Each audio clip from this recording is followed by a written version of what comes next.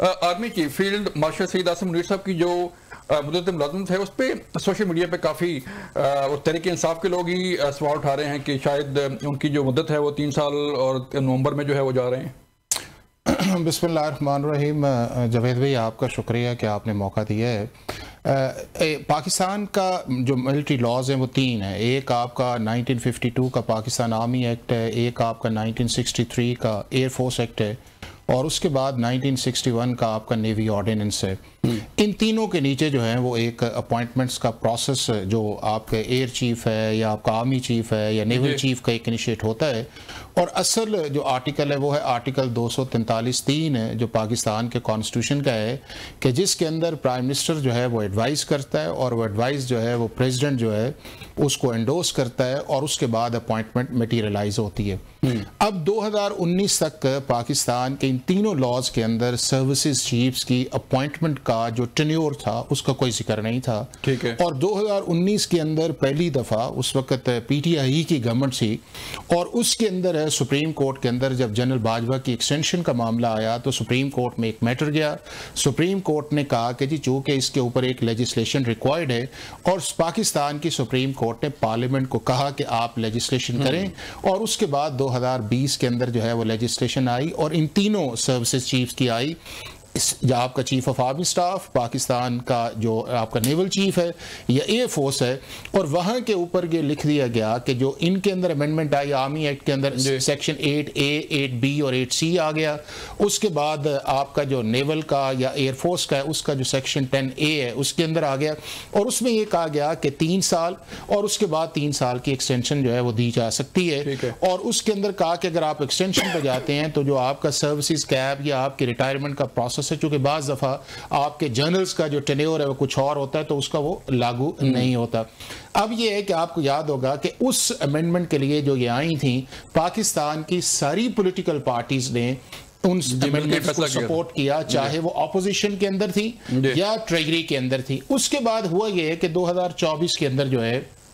نئی امینڈمنٹس آئی ہیں انہی 3 لاز کے اندر جو آیا ہے, اور اس کے اندر 5 چیزیں جو ہیں وہ آ گئی. نمبر 1 یہ ہوا یہ ہے کہ جو آپ کا 3 سال کا ٹینیور تھا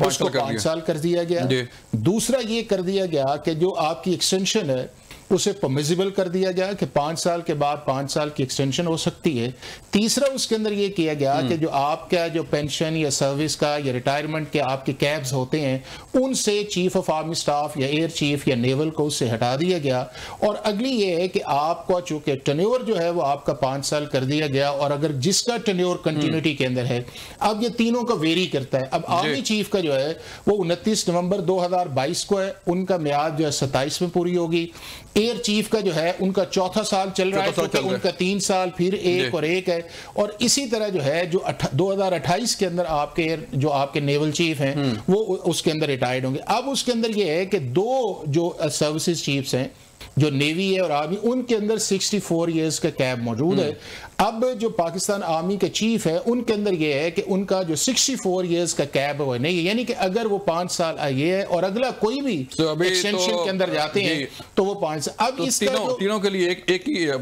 صرف جو سروسز چیف کے 2 جو ہیں آپ کا نیول ہے یا آپ کا ایئر فورس ہے اس کے اندر 64 ایئرز کا کیب ہے. آرمی چیف کے لیے 64 ایئرز کا کیب نہیں ہے, باقی سارے. ایک اور جو اگلی چیز ہے یہ اب اس میں یہ ہے کہ دنیا بھر کے اندر بائی آپریشن آف لا جو ہے اگر کسی اپوائنٹمنٹ کا ٹینیور فکس کر دیا جاتا ہے اور وہ سرونگ ہوتا ہے تو آپ کو کسی فردر نوٹیفیکیشن کی ضرورت نہیں ہوتی, چونکہ جو ایگزیکٹو ڈسکریشن آپ اس وقت استعمال کرتے ہیں جب آپ کا لا یا کانسٹیٹیوشن سائلنٹ ہو. تو اس کے اندر ایک یہ جاوید کے لیے, اور دوسرا جو میں سمجھتا یہ ہوں کہ 2019 سے پہلے صرف ایگزیکٹو ڈسکریشن 3 سال کی تھی, لا کے اندر ذکر نہیں تھا. اب ایک آپ کی جو ہے میں نے اس کے اوپر آج ایک آرٹیکلز بھی لکھا اور میرا کل یا پرسوں اخبارات میں آئے گا, تو یہ ساری کا میں نے کہا ہے کہ جو بحث اب چل رہی ہے کہ جی کسی ایکسٹینشن کے لیے کسی ایگزیکٹو نوٹیفیکیشن کی ہے, کانسٹیٹیوشن لا کے اندر اس کی کوئی گنجائش نہیں ہے. اور بائی آپریشن آف لا جتنے بھی سروسز چیف ہیں from the day of their initial appointment as a chief جو ہے